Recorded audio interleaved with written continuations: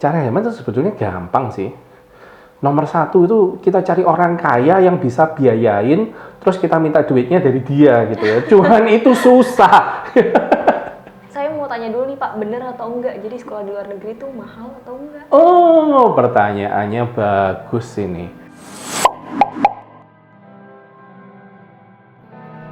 Halo, apa kabar semuanya? Salam dari Swito Universal. Hari ini Universal Services Jakarta bersama Kak Tiara. Kita mau bahas apa ini hari ini? Bahas apa ya Pak?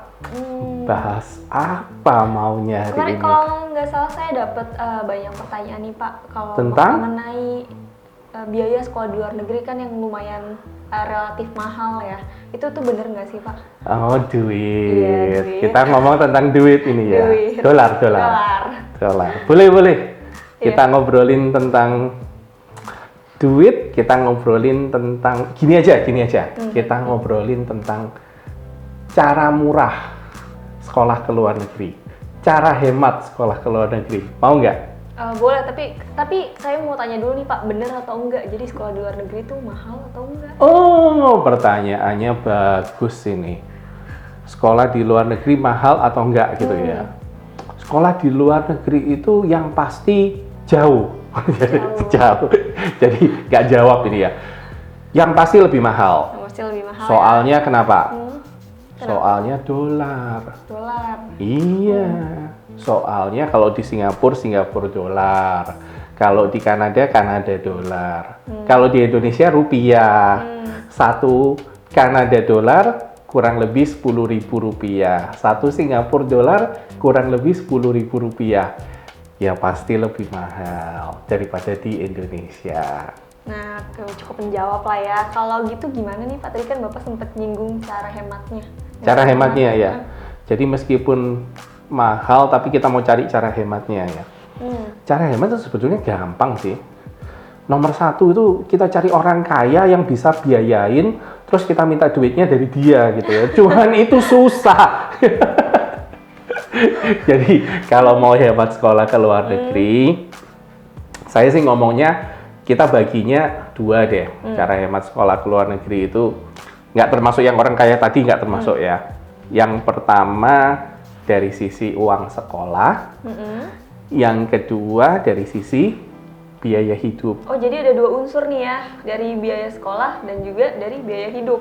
Dari biaya sekolah sama biaya hidup, betul. Nah, kalau biaya sekolahnya tuh gimana tuh Pak? Kalau biaya sekolah ya, paling gampang selalu orang cari yang namanya scholarship. Scholarship. Paling gampang orang selalu cari yang namanya beasiswa. Beasiswa. Jadi ada banyak ya, ada banyak kalimat ya, ada banyak kata. Scholarship, tuition grant, ada yang namanya allowance, ada yang namanya beasiswa, ini ada yang namanya partial, ada yang full. Tapi intinya adalah ada potongan di uang sekolahnya. Mau tahu nggak caranya gimana? Mau dong. Mau? Pasti semuanya juga mau tahu nih, yang nonton pasti juga penasaran. Yang nonton juga mau tahu kan ya caranya dapat Iya. potongan ini ya. Sebetulnya uang sekolah itu pasti mahal. Uang sekolah di luar negeri itu berkisar antara kurang lebih kalau di university itu berkisar antara 30.000 sampai dengan 45.000 per tahun. Jadi kalau di Kanada 30.000 sampai dengan 45.000 Kanada dolar per tahun. Itu kurang lebih sekitar 300 juta sampai 450 juta setahun.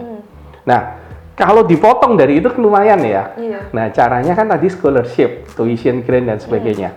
Pasti syaratnya adalah satu, akademik. Pasti diminta raport, prestasi. Kalau punya pengalaman di olimpiade apa ini, matematika, fisika gitu ya. Kalau juara kelas, kalau sering ikut MIPA, kalau sering ikut research dan sebagainya. Itu sih poinnya di situ. Kalau yang akademik. Nah, kalau yang kedua yang non akademik. Yang non akademik itu kayak apa? Misalnya contohnya. Mungkin aktif ikut kegiatan-kegiatan di sekolah ya, Bener sosial sekali. ataupun kegiatan OSIS ataupun kegiatan-kegiatan lainnya. Jadi Yang non akademik itu pasti di luar akademik. Jadi non akademik ini biasanya bisa sports, bisa juga ke arah teamwork, bisa juga ke activity, bisa juga ke arah dia punya community. Terus bisa juga dari company. Dari company? Dari company. Oh. Jadi misal Coca-Cola, misal McDonald. Karena kalau di luar negeri sering Coca-Cola kerjasama dengan satu college. Dia bilang begini, tolong ciptakan satu tagline mengenai Coca-Cola rasa baru, dan yang di-attack adalah misal anak-anak yang usianya antara 15 sampai dengan 18 tahun. Nah, dibuatin satu tagline. Nah, itu kalau yang nanti biasanya yang terbaik, dia biasanya pilih antara 5 sampai 10, kadang-kadang bisa 20 yang terbaik. Nah, itu nanti ada jenjang, lumayan dapat potongannya. Lumayan banget ya, Pak. Betul, seperti itu. Jadi sedikit ya, tadi yang saya ulang sedikit. Tadi tentang scholarship dari sisi akademik, berarti pasti harus cari nilai. Nilai yang bagus ya. Nilai yang bagus dari rapot dan penunjang-penunjang lainnya. Kalau dari sisi yang non akademik, berarti dia harus cari prestasi dari sisi di luar akademik, sports dan sebagainya dan sebagainya dan sebagainya. Seperti itu. Ini tentang uang sekolah. Itu yang tentang uang sekolah itu ringkasannya gitu. Jadi tentang uang sekolah mungkin yang biasa orang tua pikirin ya. Uang sekolah itu di luar negeri itu bayarnya langsung ya. 1 tahun bayar 1 kali di depan, atau 4 tahun bayar 1 kali di depan gitu, atau gimana sih caranya? Atau kalau orang Indonesia kan biasa gini, saya bayar langsung 2 tahun tapi minta diskon gitu ya. Kalau di luar negeri uang sekolah itu bukan gitu caranya. Oh ya, gimana tuh, Pak? Ada satu poin yang penting, di luar negeri itu tidak ada yang namanya uang pangkal. Jadi nggak ada uang pangkal, uang gedung, uang pangkal. Kalau yang di Indonesia itu biasanya uang sumbangan, itu nggak ada. Oh, jadi sebenarnya relatif mirip-mirip ya harganya dengan uni-uni yang ada di Indonesia? Masih lebih mahal lah, lebih mahal. Kalau mirip-mirip ya tergantung. Kalau yang top uni di Indonesia, yang top uni yang mahal, ya biasanya sih beda-beda tipis gitu. Ya, Pak. Iya. Nah, tadi kan udah ngebahas scholarship-nya gitu ya, Pak. Nah, tadi kan Bapak sebut harganya sekitar 30.000 sampai 40.000 dolar. Kalau yang di bawah itu ada lagi nggak sih, Pak? Mungkin nggak di luar uni, atau ada sekolah-sekolah lain yang Wah, pertanyaannya bagus. Daripada itu. Daripada bayar yang 30.000 sampai 45.000 tadi kita ya. tetap pengen sekolah di luar negeri nih, tapi lebih murah dari harga. Sementara nggak punya duitnya segitu ya, tapi gimana pengen tuh, sekolah Pak? ke luar Iya. negeri gitu ya. Bisa nggak tuh, Pak? Oke, good point. University itu pasti ada university top uni, pasti ada yang middle uni, kemudian pasti ada yang namanya college. Nah, paling di atas itu yang top uni ya paling mahal. Middle uni pasti lebih murah. College ya pasti lebih murah lagi. College nih berapa tuh, Pak? Kalau boleh tahu? Jadi kan top uni tadi antara 30.000 sampai 45.000 kan. Kalau middle uni itu berarti di bawahnya antara 20 sampai 30.000.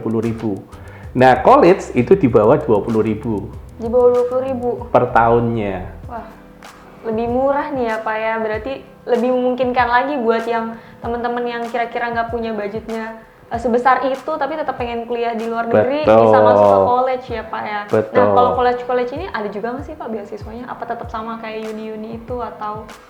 Ada yang punya, mereka punya biasanya di entrance scholarship, mereka ada juga punya yang namanya dari nilai. Jadi harus dibuktikan dulu nilai semester 1 atau nilai tahun pertama, kemudian akan mendapatkan potongan atau tuition grant di tahun keduanya. Seperti itu. Jadi tetap balik lagi ke nilai sekolahnya ya, Pak ya.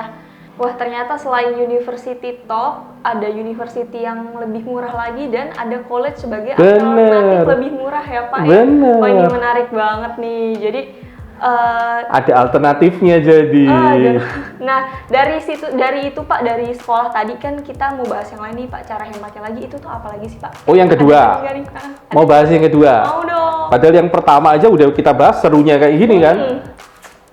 Siapa yang mau tahu yang kedua?